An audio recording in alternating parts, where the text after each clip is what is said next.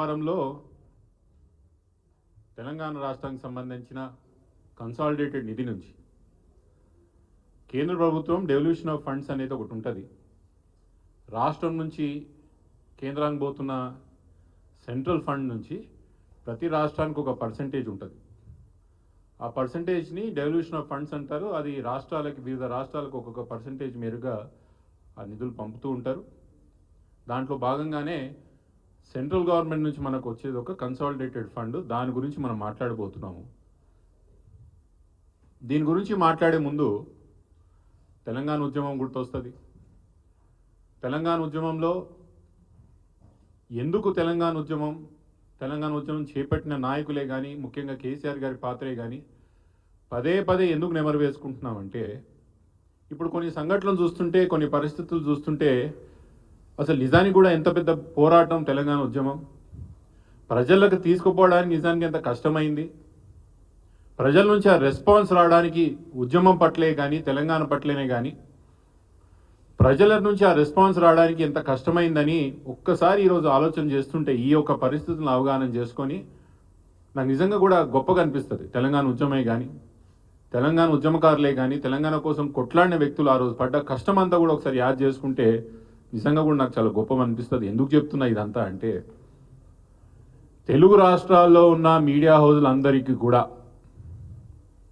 తెలంగాణ ప్రాంతంలో, అతి ముఖ్యంగా హైదరాబాద్లోనే వాళ్ళ యొక్క ఆఫీసులు ఉంటాయి. వాళ్ళ యొక్క దినచర్య అంతా కూడా ఆంధ్ర ప్రాంతంలో న్యూస్ వేస్తున్నా కూడా హైదరాబాద్లో వాళ్ళ కేంద్ర ఆఫీసులు ఉండాల్సిందే. వాళ్ళ కార్యాలయాలు హైదరాబాద్ నుంచి నడవాల్సిందే. ఈ రోజు నుంచి కాదు, 30-40 సంవత్సరాల నుంచి తెలుగు మీడియాలో ఉన్న ప్రింట్, ఎలక్ట్రానిక్ మీడియాల యొక్క బడా మీడియా హౌసెసే కానీ, పెద్ద పత్రికలు కానీ, అన్ని మీడియాస్ కూడా తెలంగాణ నుంచే నడుస్తాయి. తెలంగాణ ప్రాంతంలో సబ్సిడీలు తీసుకున్నారు, భూములు తీసుకున్నారు. ఈ ప్రాంతంలో మీ ప్రాంతానికి తెలుగు పత్రికలే కానీ, హైదరాబాద్లే కానీ, తెలంగాణ ప్రాంతానికి కానీ తెలుగు పత్రికలకే కానీ, తెలుగు ఒక న్యూస్ ఛానల్ కానీ రుణపడి ఉన్న విషయం అందరం కూడా గుర్తు చేస్తున్నా. ఇదంతా మీకు ఎందుకు చెప్తున్నానంటే, 10 రోజుల కిందట తెలంగాణకు రావాల్సిన వంటి 2500 కోట్ల యొక్క కన్సాలిడేటెడ్ నిధిని తెలంగాణ ప్రభుత్వంలోని యొక్క పెద్దలకు తెలియకుండానో, లేకపోతే ఇలా అసమర్థతతోనో కేంద్ర ప్రభుత్వం తీసుకునే ఒక నిర్ణయంతో దాదాపు 2500 కోట్ల రూపాయలు తెలంగాణ సంబంధించిన నిధులు ఆంధ్ర రాష్ట్రం తీసుకుపోవడం జరిగింది.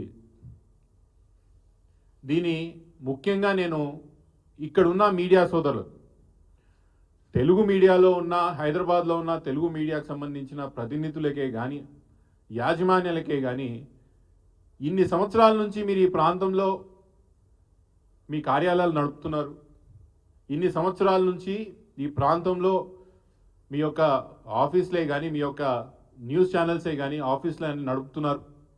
తెలంగాణ ప్రాంతానికి నష్టం జరుగుతున్న యొక్క సమయంలో ఎంత ప్రతిపక్ష పార్టీలు చెప్పినా చెప్పకపోయినా మీ పట్ల బాధ్యత తెలంగాణ ప్రాంతానికి ఉన్నదనే విషయం మీకు యాద్ చేస్తున్నా. ఈ యొక్క సమాచారం కన్సాలిడేట్ నిధి ఏదైతే ఆంధ్ర ప్రాంతానికి తెలంగాణ నుంచి పోయిందన్నదో అక్కడ నష్టం బీఆర్ఎస్ పార్టీ కాదు, లేదా కొంతమందికి జరిగిన నష్టం కాదు. ఇది తెలంగాణ ప్రాంతానికి మొత్తానికి జరిగిన నష్టం.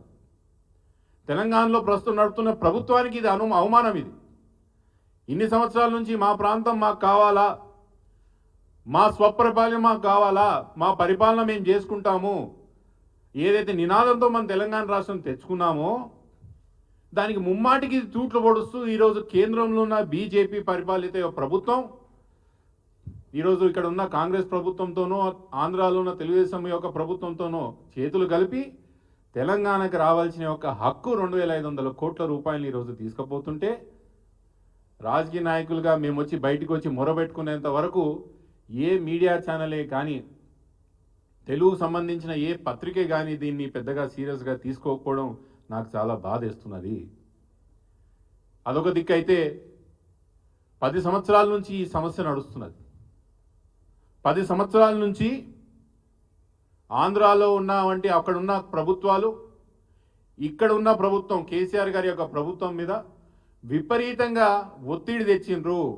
ఈ 2500 కోట్లు ఏదైతే మాకు ఆ రోజు ఆంధ్రప్రదేశ్లో ఉన్నప్పుడు కంబైన్డ్ ఆంధ్రప్రదేశ్లో ఏదైతే నిధులు మనం పెట్టినామో ఆ నిధులకు సంబంధించి ఒక 2500 కోట్లు మాకు బకాయిలు ఉన్నాయి, దాన్ని తేల్చి మాకు ఇవ్వండి అని 10 సంవత్సరాల నుంచి పంచాయతీ పెట్టుకుంటున్నా కూడా దీంట్లో క్లారిటీ లేదని ఆ రోజున ముఖ్యమంత్రి గారు కేసీఆర్ గారు ఎదురు నిలబడి మా పైసలు మాకే రావాలా, ఎవరు తీసుకోపోతారు రండి అని ధైర్యంగా ఎదురు నిలబడి కొట్లాడి ఈ నిధులు ఆపడం జరిగింది. ఇదందరం మనం సాక్షి.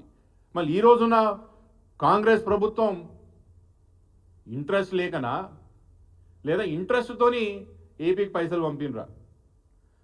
తెలంగాణ పట్ల కొట్లాడాలని మీకు ఇంట్రెస్ట్ లేకనా, లేకపోతే ఆంధ్రాకు పైసలు పంపాలని ఇంట్రెస్ట్తోని మీరు ఈ యొక్క విషయాన్ని అడ్డుకోకుండా ఆపినరా అని అడుగుతున్నా నేను.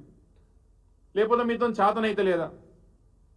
తెలంగాణ ప్రాంతానికి సంబంధించిన నిధులు పక్క రాష్ట్రం మన ఆమోదం లేకుండా తీసుకుపోతున్నారంటే ఎందుకు మన ప్రభుత్వంలో ఉండి ఇంకా తెలంగాణ హక్కులు మీరు ఏ విధంగా కొట్లాడతారని నేను అడుగుతున్నా.